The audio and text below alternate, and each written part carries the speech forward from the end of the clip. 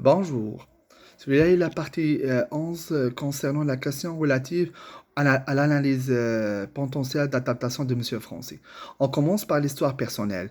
Dans son histoire personnelle, il n'y a pas vraiment quelque chose de grand qui atteint son potentiel d'analyse parce qu'il a vécu des expériences vraiment intéressantes en armée et même après sa retraite anticipée, il a fait des études supérieures, il a terminé et il travaille comme ébéniste, ça, c'est correct. Aussi, au contraire, il a soutien de son épouse et il visite ses deux enfants.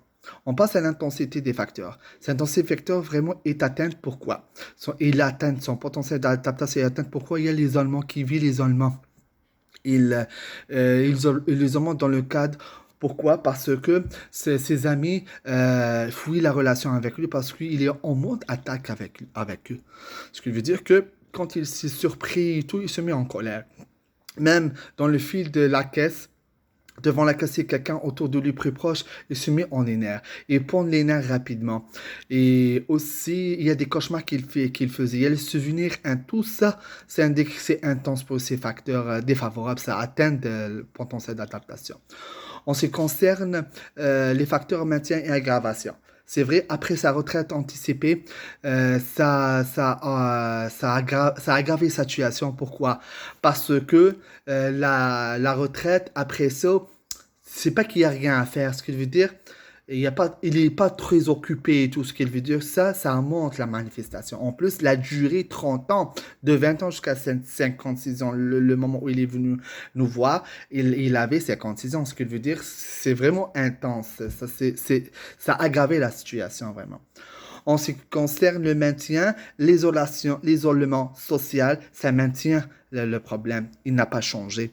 Le souvenir intense, incurrence pour les combats et tout, quand il voit la mort, il n'est pas sur la mort, ça revient à lui. Ça, c'est intense. Le problème, ça change pas. Parce que ça, c'est atteint. Il atteint la potentialité d'adaptation. Il ne peut pas adapter dans ce contexte avec ce problème.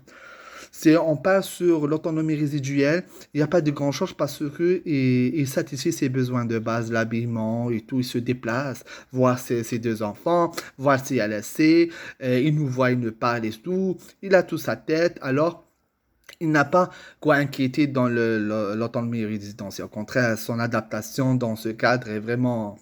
Il est bon, il n'a pas de problème.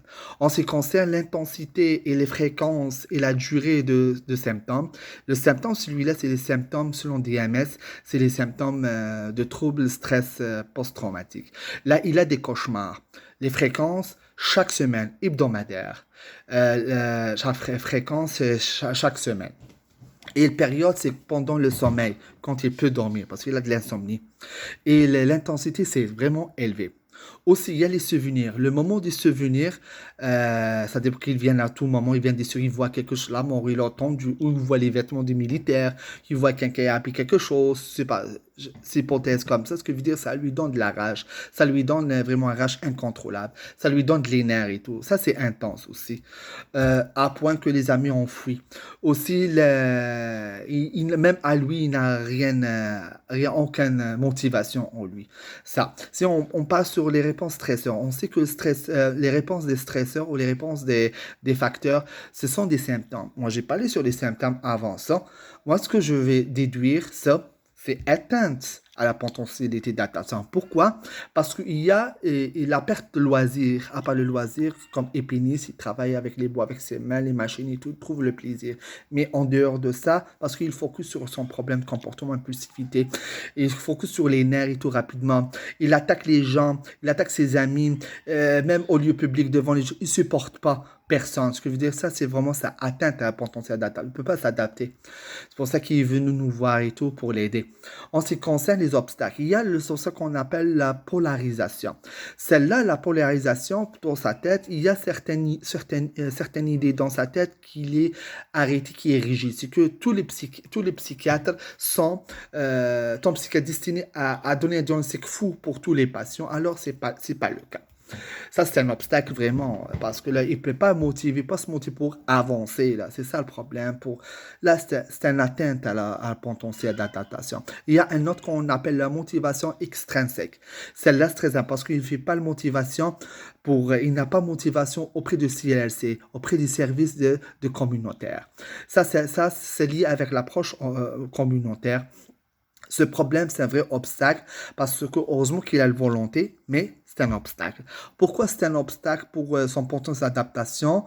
Cette manque de motivation extrinsèque est venu avec ses idées, ses perceptions. Il faut le changer, c'est difficile, mais c'est ça.